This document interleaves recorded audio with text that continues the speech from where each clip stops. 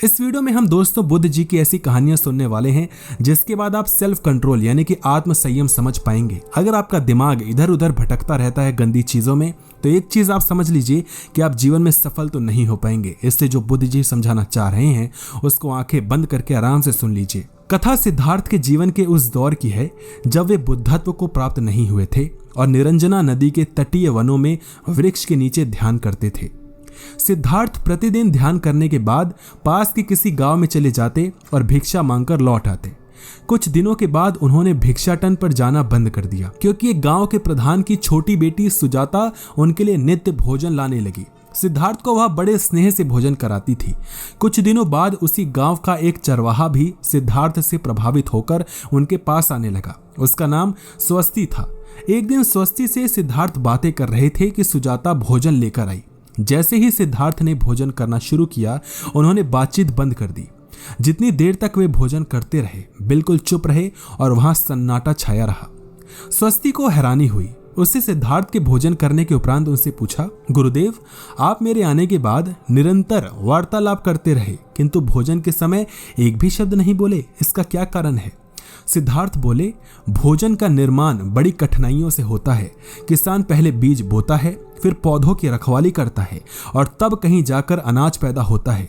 फिर घर की महिलाएं उसे बड़े जतन से खाने योग्य बनाती हैं। इतनी कठिनाइयों से तैयार भोजन का पूरा आनंद लेना तभी संभव है जब हम पूर्णतः मौन हों। अतः भोजन के दौरान मैं मौन रहकर उसका पूरा स्वाद लेता हूँ। वस्तुतः शांति से किया गया भोजन न केवल शारीरिक भूख को तृप्त करता है बल्कि मानसिक आनंद और सात्विक ऊर्जा भी देता है। दोस्तों, हम सभी की आदत होती है कि खाते टाइम हमें कुछ देखना पसंद होता है। या तो हम कोई सीरियल देखते हैं या यूट्यूब पे कोई वीडियो देखते हैं या टीवी में कुछ चल रहा होता है तो उसे देखते हैं। और अगर हम कुछ नहीं देखते तो आपस में कुछ बात करना पसंद करते हैं। लेकिन ध्यान से सुनिए बुद्ध जी की इस कहानी को, क्योंकि उसमें बुद्ध जी इसी के बारे में बात करते हुए दिख रहे हैं। अगली कहानी दोस्तों आत्म नियंत्रण पर है, सेल्फ कंट्रोल पर। हम खुद पर काबू नहीं रख पाते।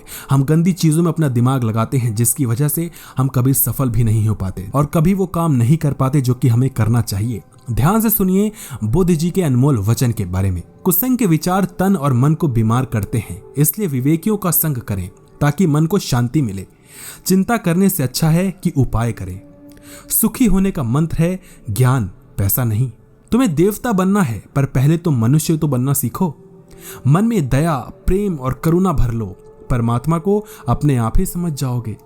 सुख और दुख भगवान के द्वारा नहीं भेजे जाते बल्कि हम स्वयं ही उनके लिए जिम्मेदार हैं। इस जगत में जिसे मुक्त होना है उसे कोई बांधने वाला नहीं है और जिसे इस जगत में बंधना है उसे भगवान भी नहीं छुड़ा सकते।